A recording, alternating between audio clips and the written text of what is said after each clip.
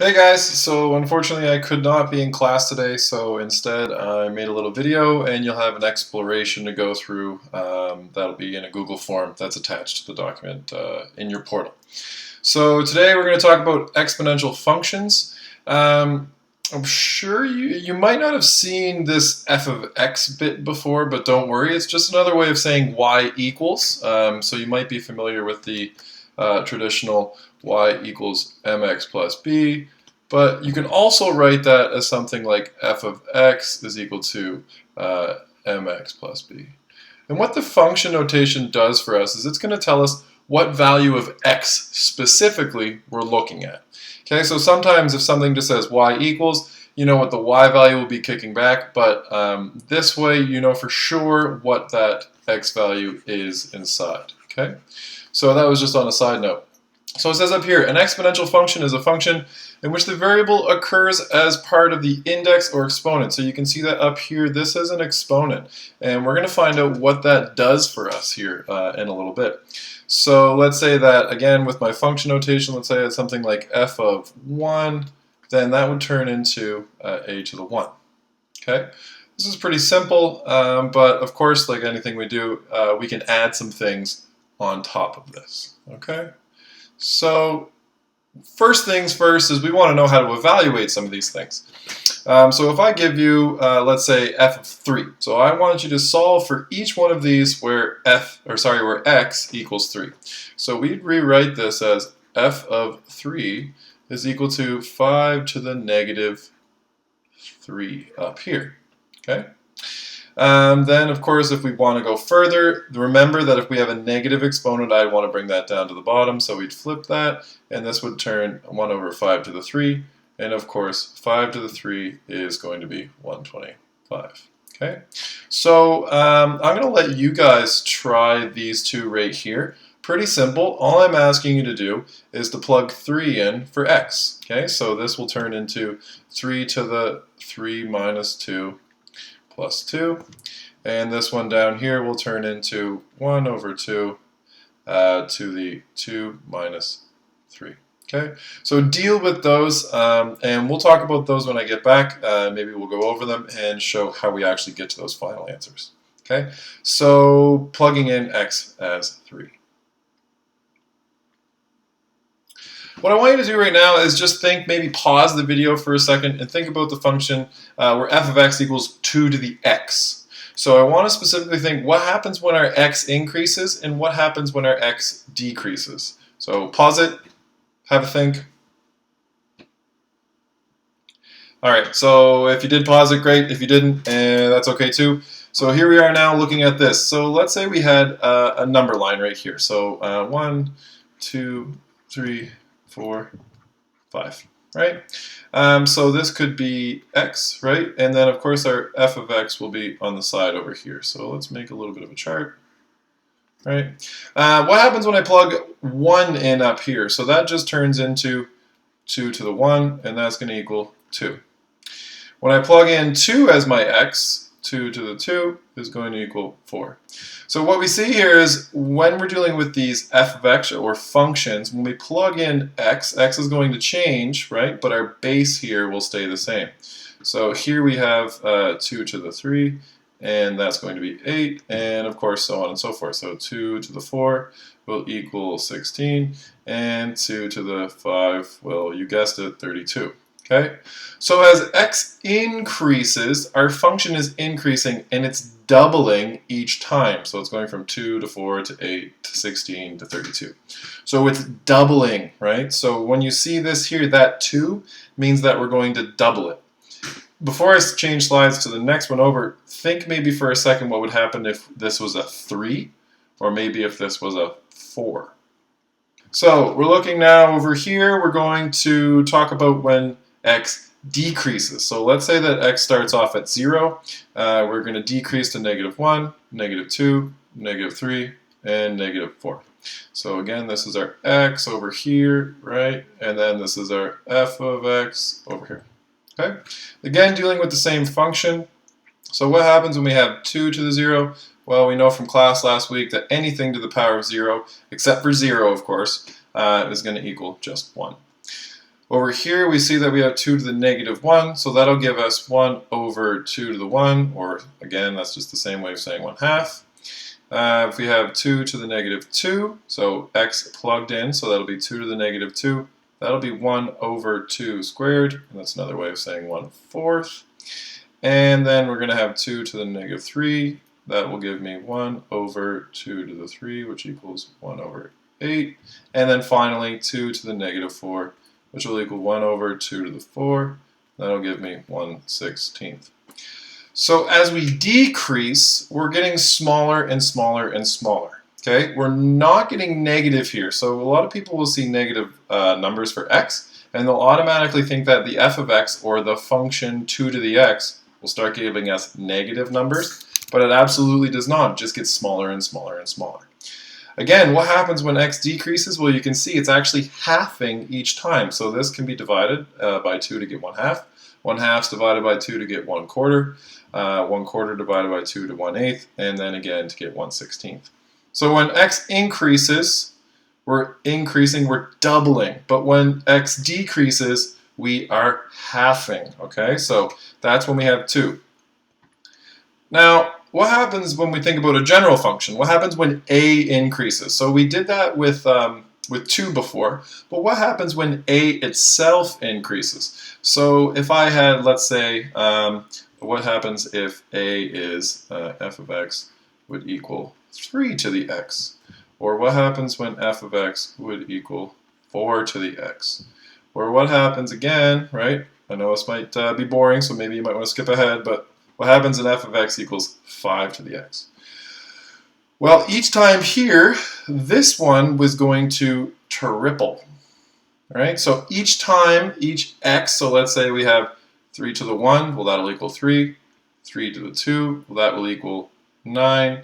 3 to the 3 will equal 27, and so on and so forth.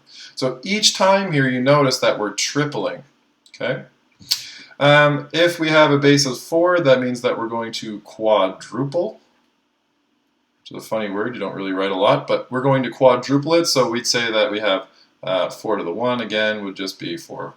And 4 squared would be 16.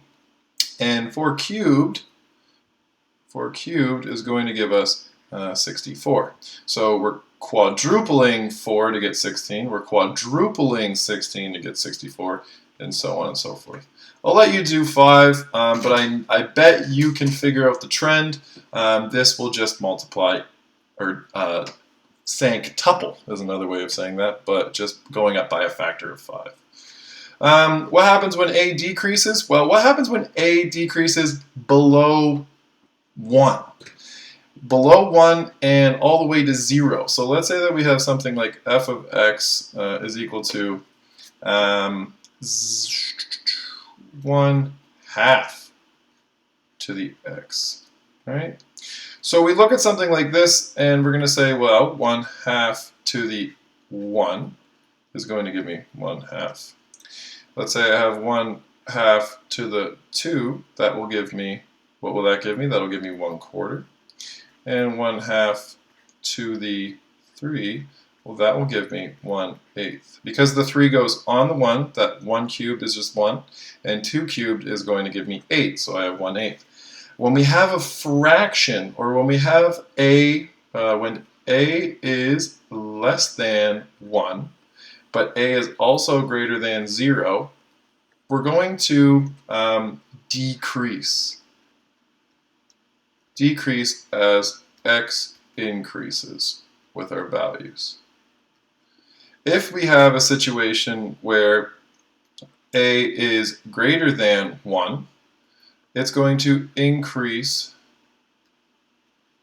as x increases. Right? Again, you can think about it this way, a greater than 1, it'll increase as x increases, but it'll also decrease as x decreases. You'll notice that on your own when we get to do some examples here coming up. Okay, so when a increases, you're just making it a bigger number each time. You're tripling or quadrupling or sanctupling, and when a decreases, you're actually halving or taking a third or taking an eighth each time. Couple of things we should know. Hopefully we remember these things from before, but if not, that's absolutely okay. Range has to do with the highest number on your y value minus your lowest number on your y value. So range would be something like all the numbers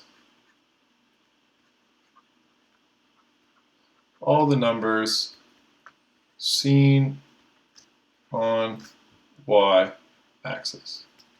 Okay, so let's say that we have something like a horizontal asymptote. This will strengthen my point for range in a minute, but I'll get there in a second. Okay, so this is all the numbers seen on y-axis, or all possible, right? This is a very important word. It's a power word for us. All possible values of y, right? Or f of x. Intercept, right? So in this case, we're mostly interested in y-intercepts, right? So here I'm going to rewrite y-intercept, right? Int is something you'll see a lot. This is just denotes y-intercept for us. And that is where our function crosses the the y line. So remember, we have a y line and we have an x line. Where function crosses y line. And finally, this is something that might be brand new to you, a horizontal asymptote, also known as our HA when we're abbreviating these things. And that is a point, or a line, a line. HA is equal to a line where the function does not cross. Okay, so the function does not cross this line. So let's say something as simple as f of x is equal to 2 to the x. Okay?